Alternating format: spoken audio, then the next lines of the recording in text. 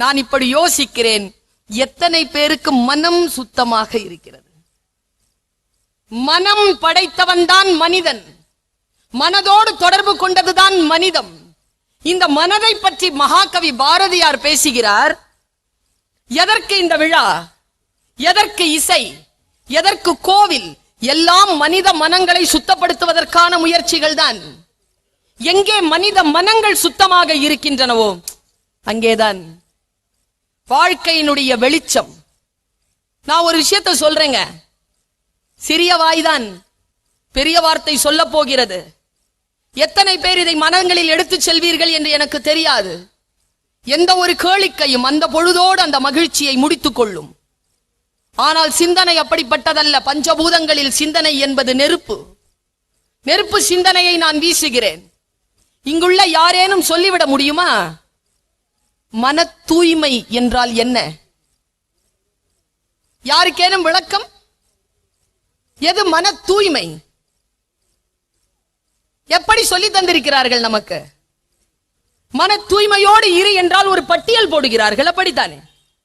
பொய் சொல்லக்கூடாது, திருடக்கூடாது, கொலை செய்யக்கூடாது, பழி சொல்லக்கூடாது என்று பாவங்களை பட்டியல் போடுகிறார். மன தூய்மையுடன் இருத்தல் என்றால் என்ன? இன்றைக்கு நான் உங்களுக்கு சொல்லுகிறேன், ஒருவேளை உங்கள் வாழ்க்கையின் மரணத்தை நீங்கள் சந்திக்கின்ற அந்த வினாடி வரைக்கும் நெஞ்சு குழியில் தங்கி இருக்கக்கூடிய ஒரு சொல்லாக இது மாறிவிடக் கூடும்.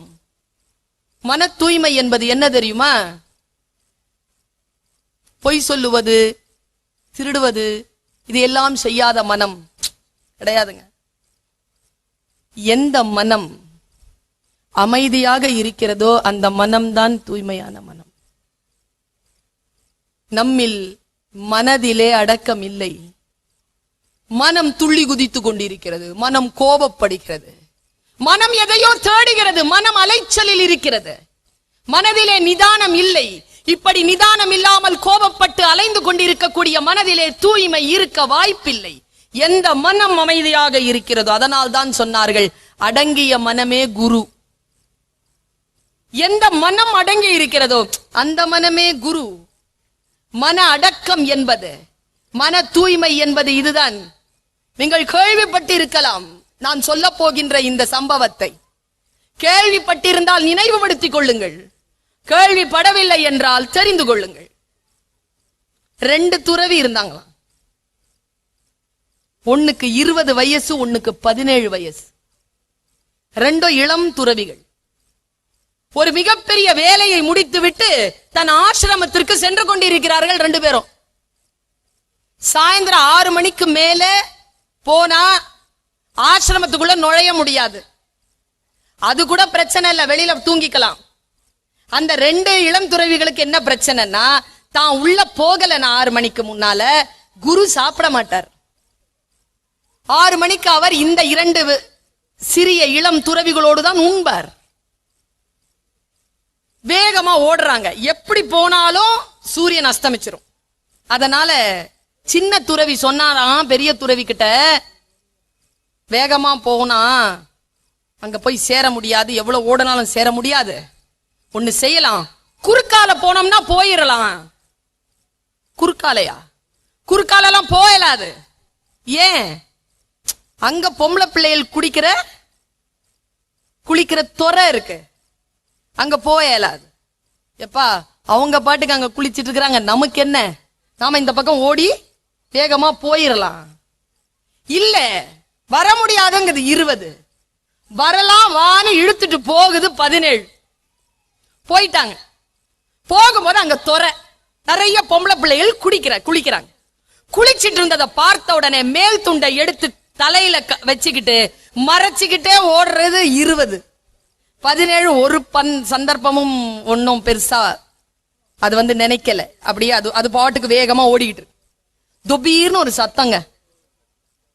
எதிர்பார்த்தபடி ஒரு பொம்பளை பிள்ளை துறைக்குள்ள விழுந்துருச்சு.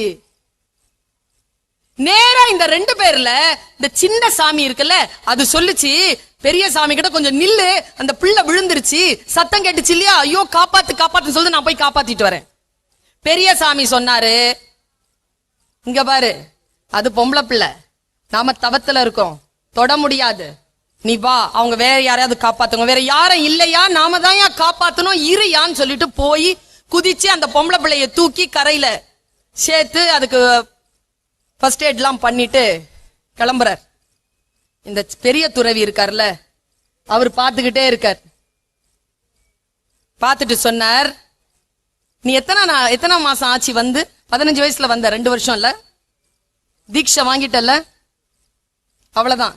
பொம்பளை பிள்ளைய தொட்டுட்ட, குளிச்சிட்டு இருந்தா, தூக்கிட்ட, முடிஞ்சு போச்சு, இன்னியோட உன் சீட்டு முடிஞ்சது அப்படின்ன உடனே பெரிய சாமி சொல்லுச்சான். பெரிய சாமி இதை சொன்ன உடனே சின்ன சாமி சொல்லுச்சான், இங்க பாரு, அதெல்லாம் இல்ல, அது வேற வழி இல்ல, அது ஒன்னும் மனசுல நினைக்காத, வா சீக்கிரம் போலாம், டைம் ஆகுது, சீக்கிரம் போலாம். சீக்கிரம் ஓடிக்கிட்டே இருந்து இவன் சொல்லிக்கிட்டே வராங்க.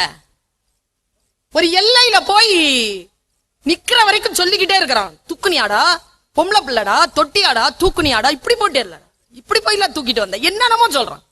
ஆடை இல்லாம வேற இருந்தாடா. எல்லை வந்துருச்சு, ஆசிரமத்துக்குள்ள நுழையணும். சின்ன சாமி சொன்னதுதாங்க வார்த்தை. சொன்னாராம், உனக்கு என்ன ப்ராப்ளம், இல்ல உனக்கு என்ன பிரச்சனை சொல்லு. இல்ல இல்ல, நீ பொம்பளை பிள்ளைய தூக்குன, தொட்டன. ஆமா, தொட்டேன், தூக்குன, கரையிலேயே இறக்கி விட்டுட்டேன், நீ இன்னும் சுமந்துகிட்டே இருக்க, இறக்கி விடு, உள்ள போலாம். நம்மில் பல பேர் மனங்களில் தான் பல விஷயங்களை சுமந்து கொண்டிருக்கிறோம். எப்பொழுது அதை இறக்கி வைக்கிறோமோ அப்பொழுதுதான் மனம் சுத்தமாகும். மனதை சுத்தப்படுத்துவது மந்திரங்களாலும் விரதங்களாலும் வருவதற்கு வாய்ப்பில்லை. ஒரு வினாடியே இருந்தாலும் முழு மன சுத்தத்தோடு அந்த விஷயத்தில் இருக்கிறீர்களா, தியானத்தில் இருக்கிறீர்களா, அது வாய்ப்பு எப்படி தெரியுமா குழந்தைகளே? 2 விஷயத்துல வரோங்க தியானம். ஒன்னு ஸ்போர்ட்ஸ்ல வரோங்க, இன்னொன்னு வாசிக்கிறதுல வரும். புத்தக வாசிப்பும் விளையாட்டும் தான் நம்மை 100% ஒரு விஷயத்தில் தியானத்தோடு இருக்க வைக்கும்.